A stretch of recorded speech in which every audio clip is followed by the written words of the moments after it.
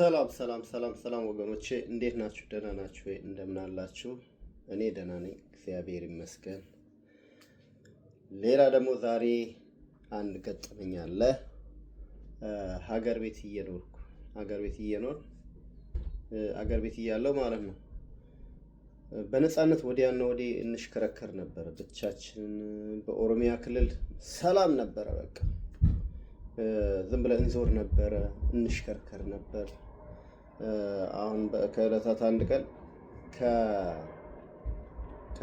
ከዝዋይ ወደ ላንጋኖ ሄድኩና እዛ ላንጋኖ እየሰራን በኦሮሚያ ክልል ላይ ማለት ነው። እንደውም አንድ ሰውዬ የሆነ የ3 ሰዓት መንገድ ስንሄድ ውሃ ጠማንና ቢሻና ኦባሲ ናቸው። ከዚህ በፊት ይህን ታሪክ እንደው ነግሬያቸዋለሁ። አሁን በስመ ኦሮሞ ሰው መጠላት እንደሌለበት በጣም ጥሩ የእግዚአብሔር ሰዎች እንዳሉ ማለት ነው። በኦሮሚያ ክልል ነው ያደኩት። ያው ከኦሮሞዎች ጋር ነው ያደኩት፣ የኛው ናቸው። እና ቢሻና ኦባሲ ስንለው የ3 ሰዓት መንገድ ነው። ከዛ ውሃ አቀረቡልን፣ ወተት አቀረቡልን። ከዛ ምግብ አቅርቢላቸው አለ ሰውዬ፣ አዘዘ ባለቤቱ ማለት ነው። ምግብ አቅርበውልን በደንብ በላን። ከዛ ምን አለ፣ ማንኛውም እንግዳ ውሃ አጥጡኝ ማለት ደፍሮ ይጠይቃል፣ ግን ምግብ አብሉኝ አይልም። እሱን እኛ ራሳችን ተረድተን ይሄ ሰውዬ ርቦት ሊሆን ይችላል፣ መጠየቅ ፈርቶ ሊሆን ይችላል ብለን እኛ ደግሞ ምግብ እናቀርባለን ብሎ ሲነግረን በጣም በእውነት የደስታ ብዛት እንባዬ ነው የተናነቀኝ። እና እንደዚህ የሚረዳ ህብረተሰብ፣ የዋህ ህብረተሰብ አለን። በስመ ኦሮሞ፣ በስመ አማራ፣ በስመ ትግሬ ሰውን እንትን መኮንንም አያስፈልግም። እና ምንድነው በዛው ሰሞን ገጠመኝ ከዝዋይ ወደ ላንጋኖ አንድ ወንድማችን አደረሰኝና ወደ ጡፋ የሚባል ቦታው ጋር ሳይደርስ በሞተር ጀባ በዚህ ጋር ወረድና በእግርህ ትንሽ ትሄዳለህ አለኝ። ከዚያም በኋላ ሲመስለኝ ሳይመስለኝ እየቀፈፈኝ ምን አለበት ኮንፊደንስ ጠፍቶ ነበር። ኧረ አድርሰኝ እኔ እፈራለሁ ማለት ነበረብኝ። እሱንም እየጨነቀኝ ወረድኩኝ። እኔ ፈርቻለሁ ምናምን እያልኩኝ ወረድኩ። ከዚያም በኋላ መንገድ ሲሄድ የሆነ ሰውዬ አሳ ይዘዋል። በአንድ እጁ ትልቅ ጦር ይዘዋል፣ ትልቅ ነው። በአንድ እጁ ደግሞ እንጨት የሌለው ጦር ትልቅ ጎራዴ ይመስላል ይዘዋል። እየሄድኩኝ እያለ ነጊ ወጅማ እንደና አለኝ።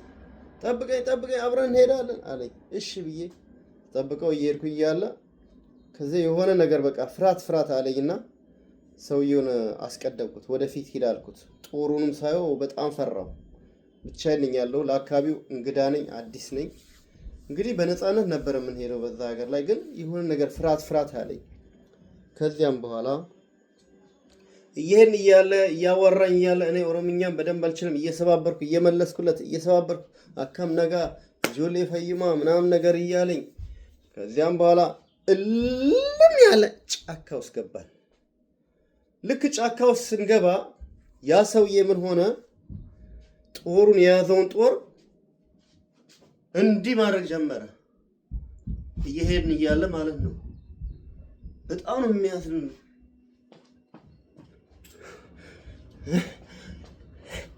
አለና እኔ ከኋላው ነበርኩ። እንዲህ ያለና ጦሩን ወደ እኔ በቁራኛ ያያል፣ በአይኑ ቁራኛ።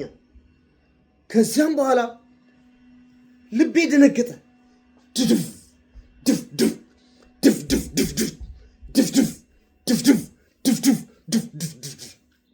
አለና ከዚያም በኋላ ኦሮምኛም በደንብ አልችልም። ማሊ ጀልዴሳዳ አልኩት፣ እየፈራው እየጨነቀኝ ማለት ነው። ከዚያም በኋላ እንዲያየና እንዲያደረገና የሆነ ነገር ያነቀው ይመስላል ሰውየው። የሆነ ጆሮ ላይ የሆነ ነገር ሰክቷል። እንትን ነገር የሆነ ምንድነው ቀለበት የሚመስል ነገር። ከዛ እያነቀው ሰውየው የአባቴ እኩያ ነው። እያነቀው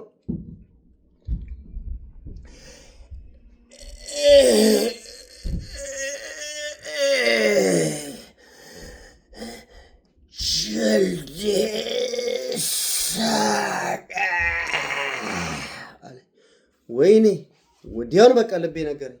ወይኔ ይሄ ሰውዬ ሊገለኝ ነው ሊወጋኝ ነው መሰለኝ። እኔ ደግሞ በጣም ልጅ ወጣት የመጨረሻ ፍሬሽ የሆነ በቃ እድሜ 21 ቢሆን ነው በዛን ሰዓት ማለት ነው። ሜቢ ከ18 እስከ 22 23 ቢሆን ነው። ሰውየው ግን የአባቴ እኩያ ነው። በቃ ይሄ ሰውዬ ወቅቶ ሊገለኝ ነው አልኩኝ። ምን ማድረግ አለብኝ አልኩኝ። ከዚያም በኋላ ጦሩን እንደዚህ ያዘና እንዲይዞ ወደ እኔ ሲዞር እኔም ደግሞ ባለበት ስዞር በጀርባው ሲዞር እኔ ስዞር እሱ ሲዞር እኔ ስዞር ስንሽከረከር እሱ ጦር ይዘዋል፣ እኔ ባዶ እጄን ነው ያለሁት። ምናልባት ከወጋሁት ጦሩን ይዞ ወጣት ነው ይሄ ልጅ ተቀለጣጥፏ እንዲህ አሽከርክሮ እንዲህ በጠረባ መጥቶኝ በዚህ ነዝሮኝ ከዚያ በኋላ እንደዚህ አድርጎኝ እንዲህ በጥፊ ብሎኝ ጦሩን ይወስድብኛል ብሎ ፈርቶ ይሁን አላውቅም። መውጋት ግን አልቻለም። እኔ ግን ሊወጋኝ ይመስለኛል። አይዶ ለምን እንደዛ እንዳደረገ ዜሮ ወቀው። እኔ ግን ልቤ አመልጥ፣ ልትገደል ነው፣ ሄድ፣ አመልጥ ይለኛል። ከዚያም በኋላ የሄድኩኝ ከዚያም በኋላ የሆነ ትልቅ ድንጋይ ያገኘሁና ልክ እንደ ወታደሮች ማለት ነው ሹልክ የድንጋይ ውስጥ ገባሁ። ከዛ ስሽለኮለክ ዝቅ ያለ ገደል ውስጥ ገባሁ። እዛ ገደል ውስጥ ሀረግ እየያዝኩ እየቧጠጥኩ ወደ መሬት ገባሁና ከዚያም ደግሞ እየቧጠጥኩ መንገድ የለው እንደምንም ብዬ ወጣሁ። ተሻገርኩት ማለት ነው ገደሉ። ከተሻገርኩ በኋላ የሆነች ሴትዮ አገኘሁና ጠየቅኳት። የነ የከሌ ቤት የት ነው? ባኔ ጠፍታል። በዳርታ ነው ምንድን ነው የሚባለው? ይቅርታ ጠፍታል። መንገዱ በዛ መንገድ ነው፣ ተመለስና በዛ መንገድ ነው የምትሄደው አሉኝ። የት ነው የነገርሽኝ? መጀመሪያ በምሄድበት መንገድ ተመልሰ በዛ ሄድ አለች።